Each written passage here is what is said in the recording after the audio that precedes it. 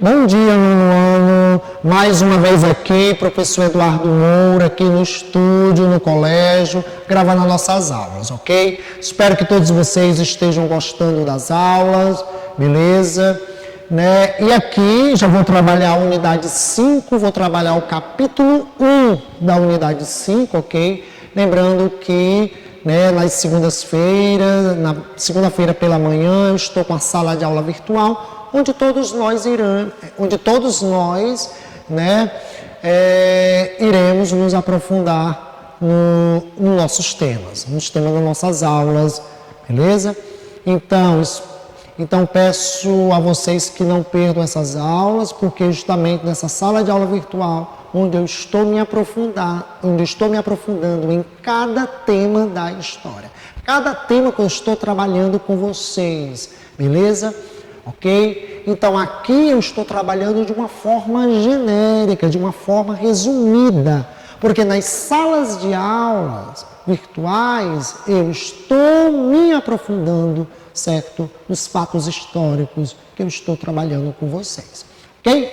Então o fato histórico que eu vou trabalhar hoje com vocês, certo? É o populismo, certo? Vamos buscar compreender o que foi esse populismo, ok? Mais aqui embaixo, eu vou ter o quê? Eu vou ter as principais características do populismo. Primeiramente, eu vou fazer a leitura desse primeiro parágrafo com vocês, ok? Eu vou fazer a leitura desse parágrafo aqui com vocês e depois eu vou passar para as características, eu vou passar para o tópico populismo, ainda aí na página 149. Espero que todos vocês estejam aí com o livro em mãos para a gente poder, certo? Para que vocês possam acompanhar a leitura, beleza? Então, vamos lá. A América Latina do início do século XX ainda apresentava traços herdados do período colonial, com a economia de base agroexportadora e a estrutura latifundiária, ou seja, ainda no início do século XX, os países da chamada América Latina tinham a sua economia, tinha a sua base econômica ainda assentada na agricultura, naquela agricultura destinada à exportação. No caso aqui do Brasil, no início do século XX, o nosso principal produto de exportação era um produto que vinha do setor primário da economia, que era o café. Beleza? Ok? Além disso, a maioria dos países latino-americanos apresentavam uma significativa diferenciação social entre a elite oligárquica, lembrando que essa elite oligárquica era a elite, ela que tinha o poder econômico e também tinha o poder político também, beleza? Ou essa elite financiava pessoas para representar os seus interesses no âmbito da política. E o restante da população tendo esta última pouca participação política. O poder exercido pelas oligarquias, sem a intenção de instituir governos que diminuíssem as desigualdades sociais e permitisse a participação de todos. Vocês se lembram da Constituição, da Constituição da República Brasileira, a Constituição de 1891, beleza? Nessa Constituição, a nossa primeira Constituição, o voto era baseado na renda, que era o chamado voto censitário. Na segunda Constituição, já teve uma parcela maior da população brasileira passou a votar. Mas essa Constituição, a da República, que funda a República, ela excluía padres, militares, analfabetos, mendigos e etc. Mulheres e etc. Beleza?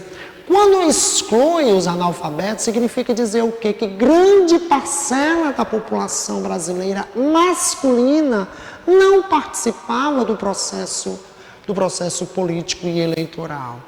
Ok? Então, o poder o poder político, o poder político estavam com essas oligarquias, né? Oligarquia é uma palavra que vem do grego que significa governo de poucas pessoas. Beleza? Vamos dar continuidade à leitura do nosso texto. Então, diante desse panorama na América Latina, houve um desenvolvimento tardio das sociedades urbanas, industriais, se comparado aos Estados Unidos da América ou aos países da Europa Ocidental. Lembrando que a nossa revolução industrial, lembrando que a industrialização brasileira, né, o Brasil ele vai deslanchar no que se refere à industrialização a partir da segunda metade do século XX. Beleza?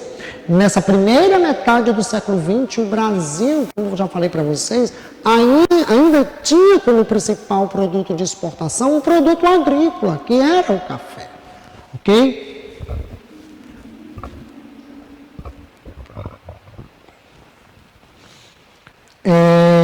O desenvolvimento da indústria na Argentina, no México, no Brasil e no Chile esteve atrelado à Primeira Grande Guerra Mundial. Como os países em guerra não conseguiram produzir mercadoria para exportação, os países latino-americanos assumiram parte dessa produção, substituindo a importação de mercadorias pela produção industrial em território nacional. Aí nós temos a crise de 1929. E essa crise de 1929, ela vai no que? Ela afeta muito a economia brasileira justamente pelo fato de que o nosso principal produto de exportação, que era o café, o nosso principal produto de exportação era vendido principalmente para os Estados Unidos. Sabemos que a crise começa lá e atinge todo mundo capitalista, beleza? Então isso vai atingir a economia brasileira também, beleza? Mas, né, é nesse pós-Segunda Grande Guerra Mundial que esses países que foram acima citados, que eles vão deslanchar no que se refere à questão da industrialização, ok?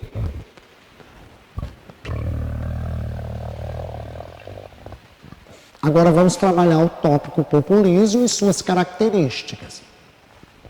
Nesse contexto de crescimento industrial e permanência das oligarquias no poder, a partir da década de 30, começou a se desenvolver um fenômeno político de oposição à política tradicional latino-americana, conhecida como populismo. Aqui nós temos as principais características do populismo. O populismo, como o próprio texto, né, citou acima, né, é um fenômeno político que vai se opor a essa política tradicional, a essa política das oligarquias, ok? Primeiro ponto, o populismo defende o quê? Defesa da propriedade privada e associação com multinacional, né? Com multinacionais, ou seja, com empresas, né? Empresas estrangeiras, né?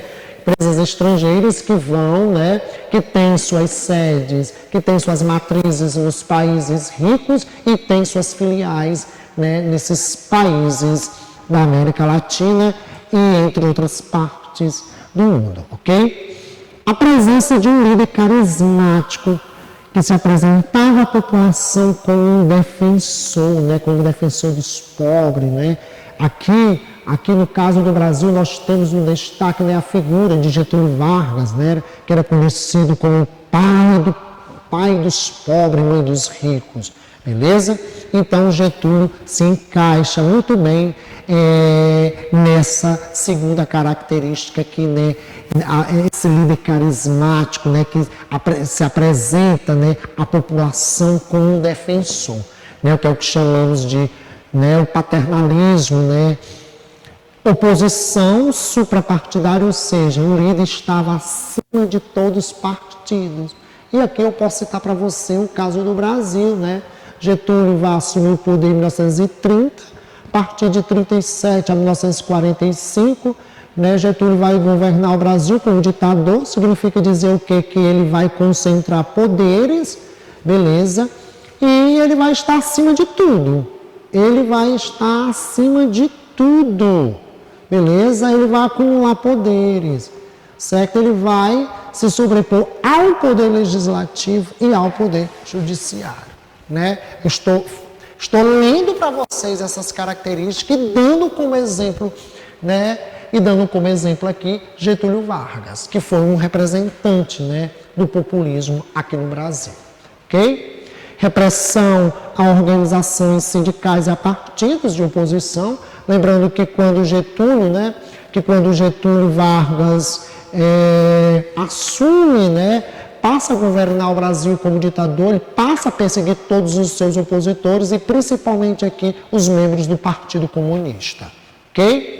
O uso de um discurso no qual o povo e a nação se equivaliam, certo? Se a gente pegar documentos na época, a gente vê muito, né, essa palavra povo e essa palavra nação.